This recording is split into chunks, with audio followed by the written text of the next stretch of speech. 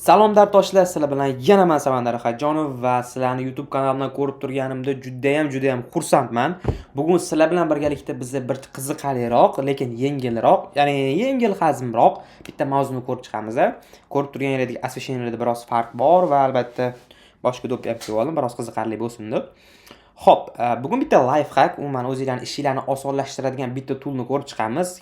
Kaminaning g'oyasiga mansub bo'lgan va zamonamiz taqdim etayotgan AI imkoniyatlaridan foydalanib tuzib chiqilgan bir tizim yoki bitta tool haqida.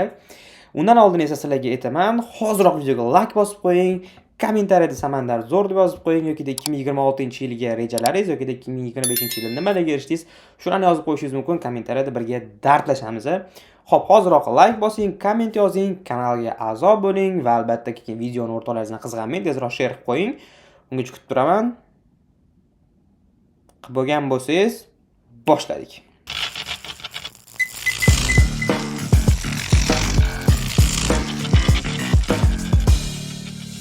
Xo'p, introni ko'rib bo'lgan bo'lsanglar, men bugun sizlar bilan nimani ko'rib chiqishimni biroz gapirib beraman. Men anchadan beri yoki mani bitta muammo qiynar edi. Ya'ni loyihamizda bizni masalan, vaqtida sizlar masalan relizlarni build qilish komandalar bor-ku, sizlarda oddiyroq bo'lishi mumkin. Flutter build APK, Flutter build yoki nimadir bo'lishi mumkin, lekin men ishlayotgan loyihalarda bu bir muncha qiyin va bir muncha uzunroq komanda edi. Misol sifatida ko'rsatishim mumkin. Mana buni ko'rsanglar, mana shunchaki bir dona masalan APK faylni nima bo'ladi, create qilishim, ya'ni sozdать qilishim, build qilishim mana shunaqangi uzun komandadan iborat edi.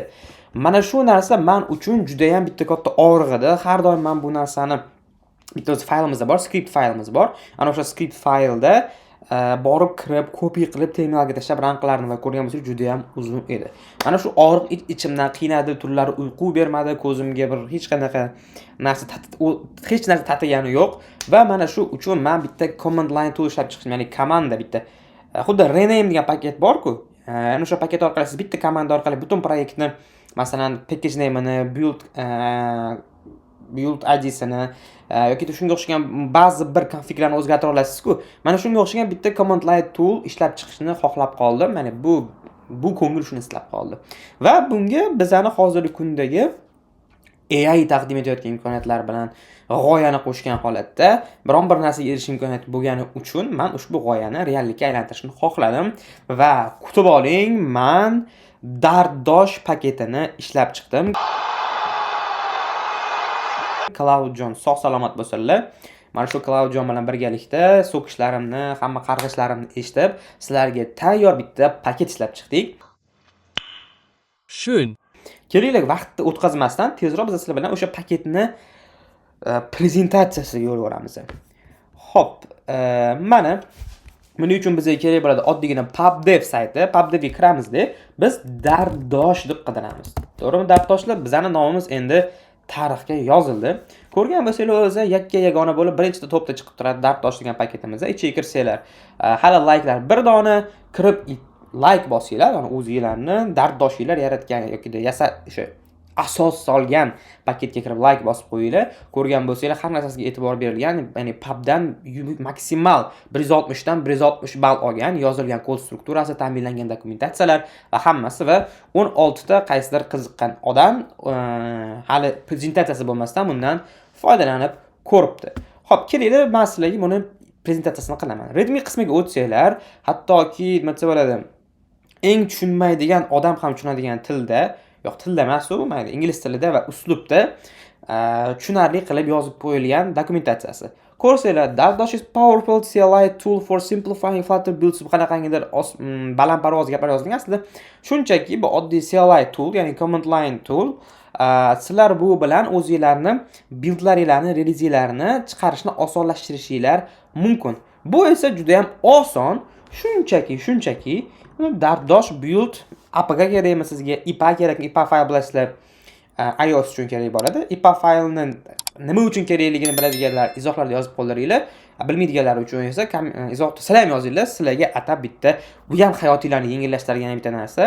Shu haqida ham keyingi videomizda bo'ladi. va undan keyin environment. Bilasizlar, bizda environment, ya'ni flavorlar bor. Dev bo'lishi mumkin, prod bo'lishi mumkin, staging bo'lishi mumkin. Mana shuni qaysi biri kerak bo'lsa shuni yozasiz va extra flaglar o'zingizga nimadir kerak bo'lsa, masalan, qanaqangidir dap define nimada data bermoqchi bo'lsangiz ham shu yoqda dap alitsiyani bersangiz bo'ladi. Lekin buni ham osonlashtirishni men yo'lini o'rgataman sizlarga. Ko'rganinglardek, pastda mana bizga tayyor examplelar berib qo'yilgan. Dartosh build IPA, Dartosh build APK.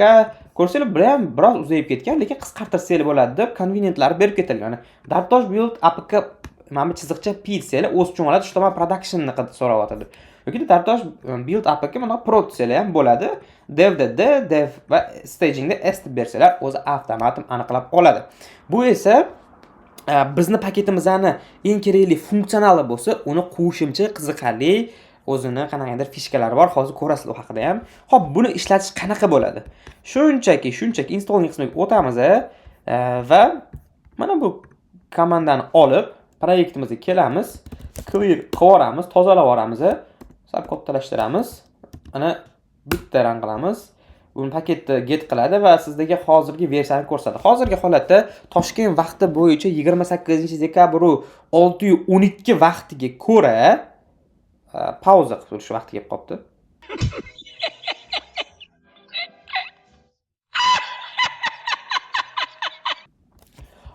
Xo'p, uzr, pauzadan o'tib oldik. Mana 6:16 vaqtiga ko'ra 0.2.3 versiyasi eng aktualniy versiya hisoblanar ekan. Endi nima qilamiz? Shunchaki clear qilamiz bu qismni va pubdev sayt qismimizga qaytib, shunchaki readme qismiga o'tib, любой bitta mana bu komandani olib, mana shu komanda qo'lda teraylik, mana dartdosh deysiz.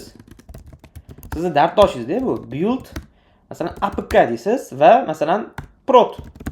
Shunaqamidi? O'zim ham yaxshi bilganda. Yoki masalan production deylik. Production desak, qaranglar, konfiguratsiya yaratilmoqda xo'jayin dedi. Ya'ni bu sizga xo'jayin deb murojaat qiladi. Shuni hisobga oling. Keyin esa build muvaffaqiyatli ko'chirildi. Ya'ni bundoq mana bitta ochsanglar, bizda bitta fayl paydo bo'lib qoladi. Proyektimizning ichida build config degan. Shuning ichida bitta qarasak, bizda nimalarni paydo qilib qo'yadi. Language, ya'ni bizda ko'rsangiz mana bunaqa loglar chiqyapti. Konfiguratsiya yaratilmoqda xo'jayin, output directory yaratildi. Ya'ni output directory ham tushuntiraman. Birinchi bo'lib build muvaffaqiyatli ko'chirildi. Ya'ni men build config faylni men bu yerda create qildim, xo'jayin deyapti. Undan keyin output directory yaratildi. Bu nima zo'r tomoni bor desangiz, mana shu release'ni create qiladi-ku, siz oldin nima qilardingiz? Flutter build APK qilganingizdan keyin sizni ana ichida proyektingiz ichidagi build uni ichida anaqa masalan ketardi, Flutter output bir narsa bu folderlarning ichidan ko'tarib chiqardingiz. Bu janvar, bu siz girgittoningiz nima qiladiki, o'sha yaratib bo'lgandan keyin mana bu yerda siz paste berib qo'yasiz. Masalan, desktop berib qo'yganman. Men ya'ni o'zi by default desktopni oladi. Desktopda Dartosh build degan bitta folder create qiladi. Hozir ko'rsanglar, mana bu paydo bo'lgan, ko'rdinglarmi? Mana shu folderni create qiladi-da, hamma yaratiladigan mana shu buildlarni shuning ichiga tashlaydi. Ichiga kirsanglar, ichida bunday paydo bo'lib qolgan bo'ladi hammasi. Buni prosta o'chirib olaylik. Hozir biz o'chirib yuboramiz. Keyingisi step apk build jarayoni davom etmoqda xo'jayin deyapti. Ya'ni o'sha nimasi bo'ladi? Protsessni boshladi. Keyin esa jarayon nima ishga tushganligini ko'rsatadi va keyin warning deydi. Qanaqadir warninglar bor ekan, o'sha warningni chiqaradi. Undan tashqari bizda akkuratniy holatda mana bu progress line ni ham ko'rsatadi. Ya'ni bizda progress qanaqa ketyapti, ana o'shani bizga ko'rsatib turadi. Necha foiz bo'ldi, necha foiz bo'lyapti. Ya'ni juda ham zo'r ishlamasligi, lekin sizga taxminan bildirib qo'yadi. 20% ish yakunlandi, hozir qolgan ish bajarilmoqda deb sizga chiroyli mana shunaqa log chiqarib turadi. Hozir bizda error chiqishi kerak. Biz shuni kutib turibmiz. Endi mana bu yerda build config faylni ozgina tushunishga harakat qiladigan bo'lsak, qolgani, ya'ni bizda Dartosh build apk deganda productionga nima komanda, ya'ni production deganda qaysi komandani run qilaydi? Siz mana bu komandani berib ketaverasiz. Flutter build apk release releasedagi ham qo'shilgan ekan va flavor production. Ya'niki siz Dartosh build apkni berganingiz, Dartosh build apk production'ni berganingizda mana bu komanda ishga tushadi. Ya'ni o'zi pod kapotim shuni ishga tushirib, shuni rezultatini kutib turadi va o'sha rezultatdan olgan natijasini boyagi folderga pak etib oladi. Stagingda ham xuddi shunaqa, developmentda ham xuddi shunaqa. Bu xuddi IPA uchun va app bundle, ya'ni AB'imiz uchun, Play Marketga taqdim etadigan fayl formatimiz uchun ekan. Bu yoqda mana shunaqa jarayon davom etyapti. Bu errorga qarab borish kerak, chunki meni proyektimda aytganimdek, qanaqa komanda ishga tushishi kerak edi. Men mana shunda olib copy qilaman va men bu yerda apk ga buni productionda paste qilaman. Bunday qilamiz. Mana shunaqa holda, ya'ni mana shu komanda ishga tushishi kerak. Ko'rasizlar, men har doim mana shunga o'xshash bo'lgan komandalarni qo'lda termaganman. Endi agar bizga texnologiyalar copy paste qilish imkoniyatini taqdim etishmaganida, mana shuni qo'lda terib o'tirgan bo'lar edik. Xo'p, mana shunaqa holat. Hozir men buni proyektim og'irroq bo'lgani uchun uzoq vaqt kutishimiz to'g'ri kelyapti. Keling, men yaxshisi bitta oddiyroq proyekt ochaman. Mana bu yerda tak. Bundoq qilamiz. Flutter new project qilamiz va application deymiz. Farqi yo'q. Любой joyda create qilib biz qaytmaymiz. O'limgacha boramiz dedim, xuddi shunaqa. Xo'p, qaytamiz-da proyektimizga, installing qismiga o'tib, Dart Global Activate ni bitta run qilib olamiz. Ho'pa. Bunda komandani terib olamiz. Ko'rsanglar paket paydo, hozir men buni run qilganimdan paket paydo bo'lib qoladi.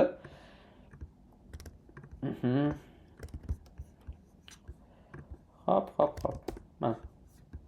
Mana fayl paydo bo'lib qoldi. Build configuration paydo bo'lib qoldi, ko'rganinglardek.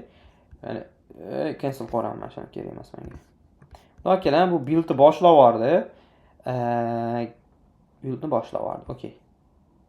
Grade ishlamoqda. Biz buni kutguncha nimalarni ko'zdan kechirib tursak bo'ladi. Shunda readme qismiga tushamiz.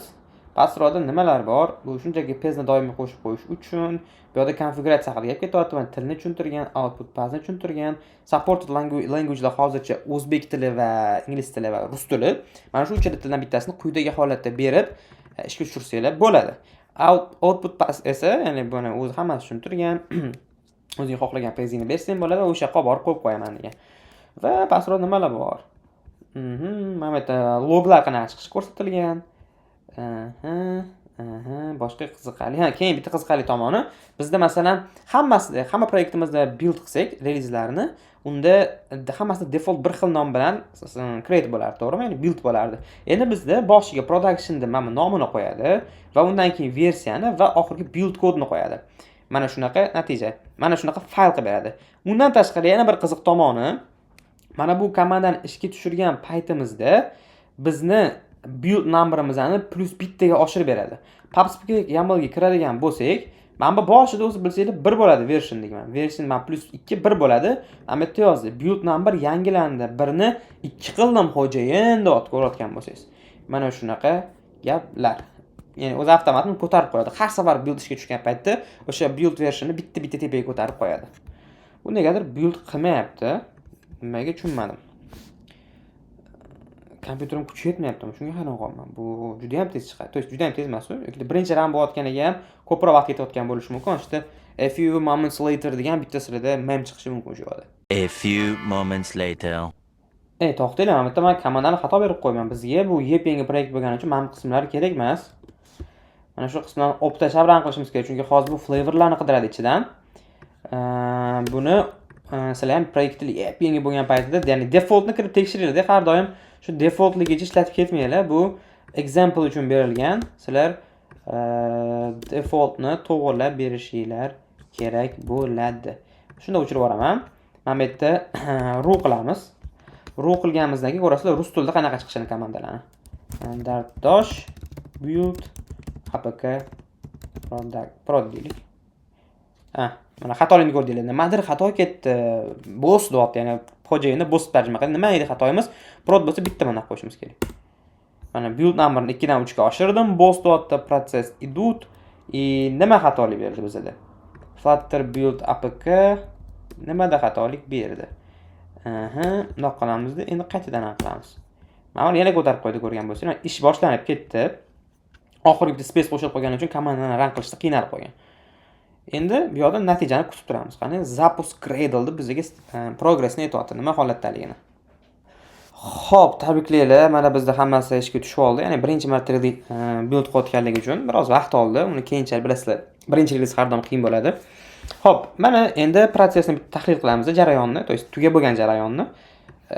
mana zapusk bo'ldi Flutter applikasi и pastda mana 100% ga yetdi. Endi oxirgi natija ko'rgan bo'lsangiz 20 qilib to'ldi. Sizlarda balki bu proses tushmay qolgan bo'lishi mumkin. Mana shu 100 gacha to'lib keldi. Keyin приложение готово APK Production Boost deysizlar, boostlar bu uchun. И сборка успешно перемешана deb mana bu qayerga olib borib qo'yganini va qaysi nom bilan olib borib qo'yganini boost deb sizlarga aytibdi va Dartosh build'ni chekirsanglar mana o'sha build paydo bo'lgan. Endi kelinglar xuddi shuni rumas uz bilan qilamiz. Endi bu yoqqa tez bo'lib ketadi. Protka qilamiz. Mana build raqami oshirildi, xo'jayin deyapti. Xuddi o'sha narsalar boyagi faqat o'zbek tilida. Bu yerda loglarni qiziq tomoni random holatda amalga oshadi va shu sababli sizlar har safar har xil tekstni ko'rish imkoniyatingiz bor. Pastga tutsanglar mana ilova tayyor, xuddi o'sha narsa. Mana shu qolib kelib qo'ydim xo'jayin va pastda endi bilsanglar xo'jayin bu tool foydali bo'lsa bir gap emas, donat qilaverasiz. Endi to'g'ri tushunasiz, loglarni men cloudga generatsiya qildirgandim. Muhimi silka bu yoqda. Mana shu silkadan o'tib donat qilishinglar mumkin. Hozir sizlar ham qilishinglar mumkin. Juda qiyin emas. Ahajonov strictly desanglar chiqadi. Ya'ni xo'jayin bu tool foydali bo'lsa bir gap emas, donat qilaverasiz. Bir gap qilsangiz yangi featurelar chiqaradi. Endi nimadir bo'lsa degan ma'noda ekan. Keling, yana bitta test qilamiz. Oxirida chiroyli gaplar chiqadi, mana shunaqa. Tak. Mana xo'jayin bu tooldan foydalanib vaqtingizni tejadingizmi? Unda menga ham yordam qiling. Bitta kofe puli bo'lsa, ruhim ko'tariladi deb sizga log chiqadi. Ya'ni bitta rang qilsak, unda yana boshqacha turdagi chiroyli bitta log chiqadi. Hozir yana bittasini ko'raylik, qani boshqasi chiqadi ekan. Ya'ni shu randomda qayta takrorlanib qo'yadi. Xullas, shunga o'xshagan ma'lumot, ya'ni loglar chiqadi. Inglizchasidan bitta ko'raylik. Mana boss deb gapiradi bunda ham. Build steps in progress boss notda va pastda bizda APK build complete successfully boss file ready deb bizga pezni beryapti. Boss dot oxirida build successful don't forget about me deb link beryapti. Your support helps create better tools deyapti. Xullas tilamam uchun kelishmay qolibdi ingliz tiliga. Xullas mana shunaqa gaplar hayotinglarni osonlashtiradigan, hayotinglarni yengillashtiradigan yana bir tooldan bittasi. Pastda Dartdosh paketiga link qoldiraman. Kirib like bosib qo'yib, o'tda izoh yoza olmaysizlar. Shunaqa ko'rinishda qo'llab-quvvatlashingiz mumkin va albatta menga eng muhimi o'zingizlarni proyektinglarda ishlatishni boshlanglar. Sizlar uchun bu juda ham yaxshi ko'rayotganingizni chiroyli qilib hammasini olib kelib beradi. Osonlikcha buildlaringizni kontrol qila olasiz va osonlikcha ularni masalan topa olasiz. Umuman olganda hayotingizni где-то 1 daqiqaga bo'lsa ham vaqtingizni tejashga va ishlaringizni tezlashtirishga yordam beradi. Xo'p, bu safar shunaqa sal yengilroq video bo'ldi. O'ylaymanki, sizga foydali bo'ldi. Bu video yengil bo'lgani bilan ungacha bo'lgan mehnat ancha sal boshqalarga nisbatan og'irroq, chunki bitta paket ishlab chiqilishiga to'g'ri keldi. Mana shu qismga o'tib, mono knopkani bitta qizartirib like bosib qo'yasizlar.